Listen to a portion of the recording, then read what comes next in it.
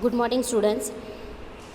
આજે આપણે ધોરણ 6ની અંદર પ્રકરણ 6, 7 અને પ્રકરણ 8ના વિકલ્પોનું પુનરાવર્તન કરીશું.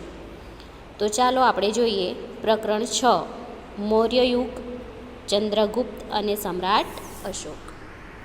વિકલ્પ નંબર 1, ચંદ્રગુપ્તની તમામ સિદ્ધિઓમાં તેમના કયા ગુરુના માર્ગદર્શને ઘણો મહત્ત્વનો ભાગ ભજવ્યો હતો? તો ચંદ્રગુપ્તની જે તમામ સિદ્ધિઓ હતી તેમના ગુરુ ચાણક્યના માર્ગદર્શને ઘણો જ મહત્ત્વનો ભાગ ભજવ્યો હતો. બીજું, ચાણક્ય દ્વારા લખાયેલ કયા ગ્રંથમાંથી તે સમયની રાજકીય, સામાજિક અને આર્થિક વ્યવસાય અંગેની માહિતી મળે છે?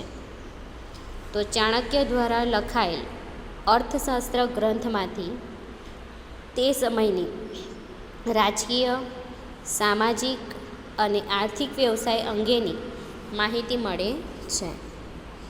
ત્રીજું, બિંદુસારે અશોકની કયા પ્રાંતના રાષ્ટ્રીય તરીકે નિમણૂક કરી હતી? તો બિંદુસારે અશોકની અવંતી પ્રાંતના રાષ્ટ્રીય તરીકે નિમણૂક કરી હતી. ચોથું, અશોકે સંઘમિત્રાને બૌદ્ધ ધર્મના પ્રચાર માટે ક્યાં મોકલ્યા હતા? તો અશોકે સંઘમિત્રાને બૌદ્ધ ધર્મના પ્રચાર માટે સિલોન મોકલ્યા હતા. આગળ, અશોકના મોટાભાગના અભિલેખોની ભાષા કઈ હતી?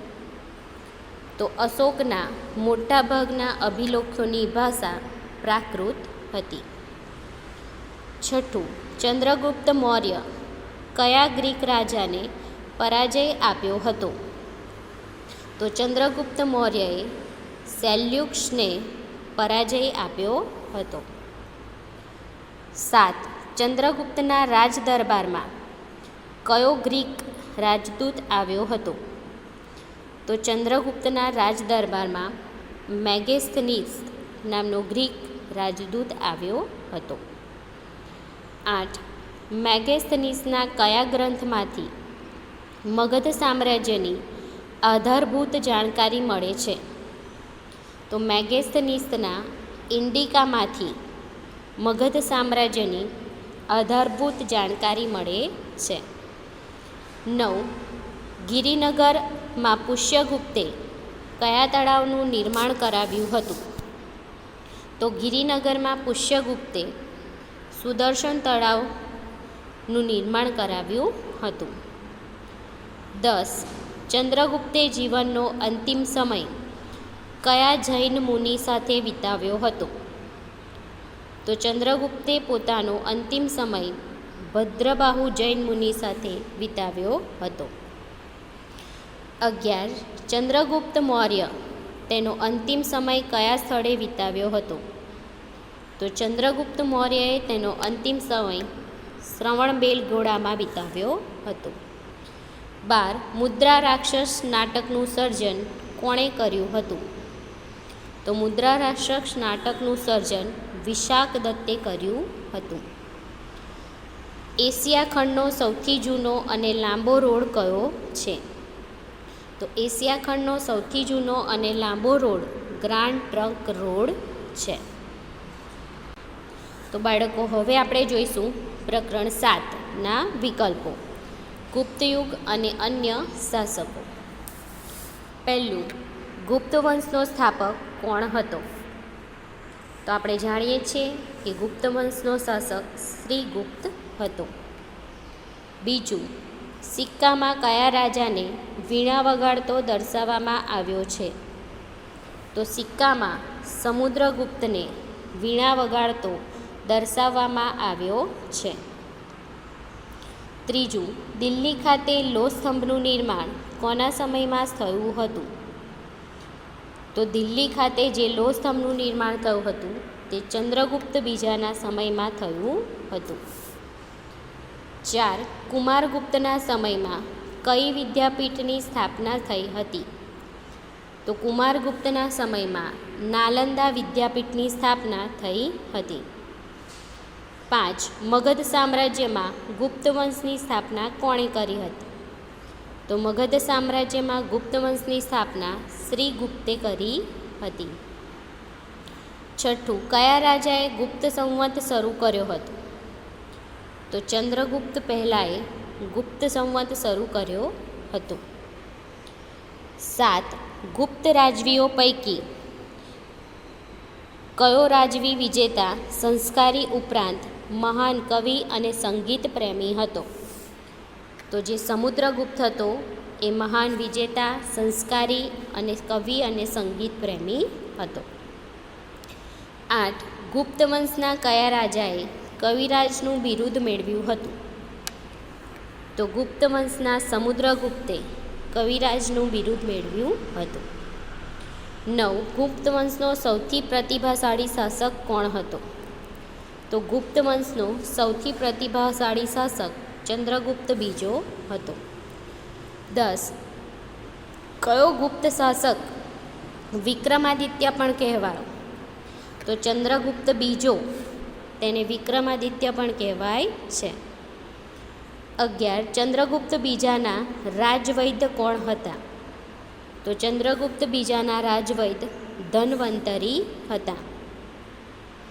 12. ચંદ્રગુપ્ત બીજાએ પાટલીપુત્ર ઉપરાંત બીજી કઈ રાજધાની બનાવી હતી? 13. ચંદ્રગુપ્ત બીજાના સમયમાં કયો ચીની યાત્રાળુ ભારત આવ્યો હતો? તો ફાહિયાન. 14. કયો યુગ ભારતીય સંસ્કૃતિનો સુવર્ણ યુગ હતો? તો ગુપ્ત યુગ. કયા કવિએ ભારતના શેક્સપિયર કહેવામાં આવે છે? તો કાલિદાસને ભારતના શેક્સપિયર કહેવામાં આવે છે. તો બાળકો, અહીંયા પ્રકરણ 7ના વિકલ્પોની માહિતી પૂરી થાય છે. હવે આપણે જોઈશું પ્રકરણ 8. પ્રકરણ 8 ભારત વર્ષની ભવ્યતા. વિકલ્પ નંબર 1.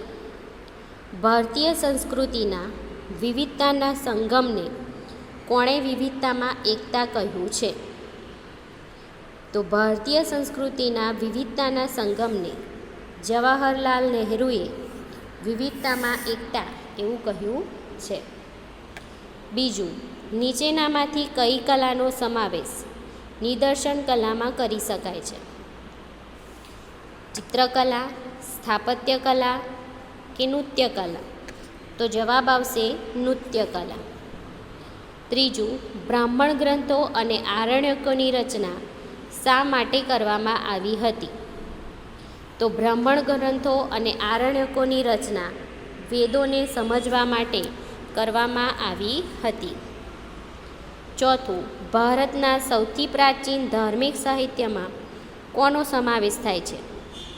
બ્રાહ્મણ ગ્રંથો, સ્મૃતિ ગ્રંથો, વેદો કે આરણ્યકો?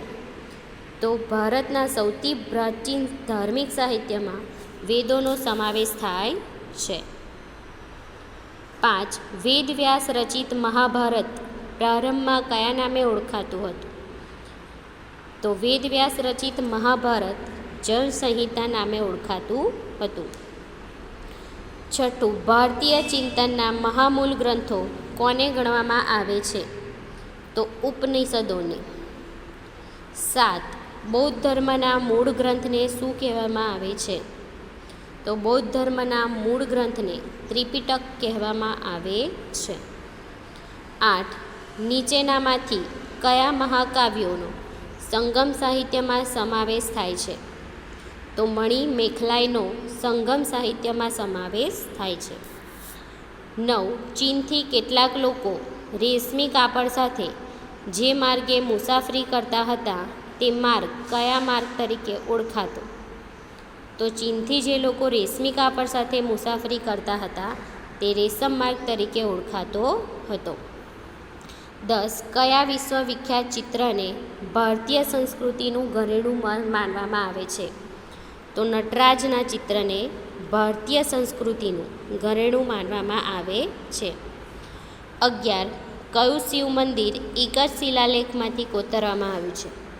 તો ઇલોરાનું જે શિવ મંદિર છે એ એક જ શિલાલેખમાંથી કોતરવામાં આવ્યું છે.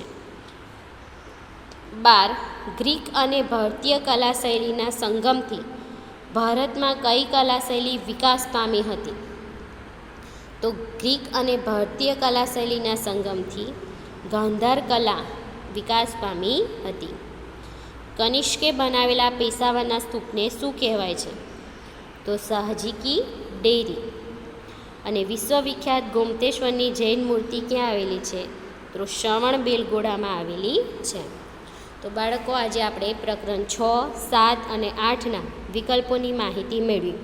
તો આ વિકલ્પો તમારે તૈયાર કરવાના છે, સાથે તેના ખાલી જગ્યા, ખરા ખોટા અને તેના ટૂંકમાં પ્રશ્નોના જવાબ પણ તમારે તૈયાર કરવાના છે. Thank you.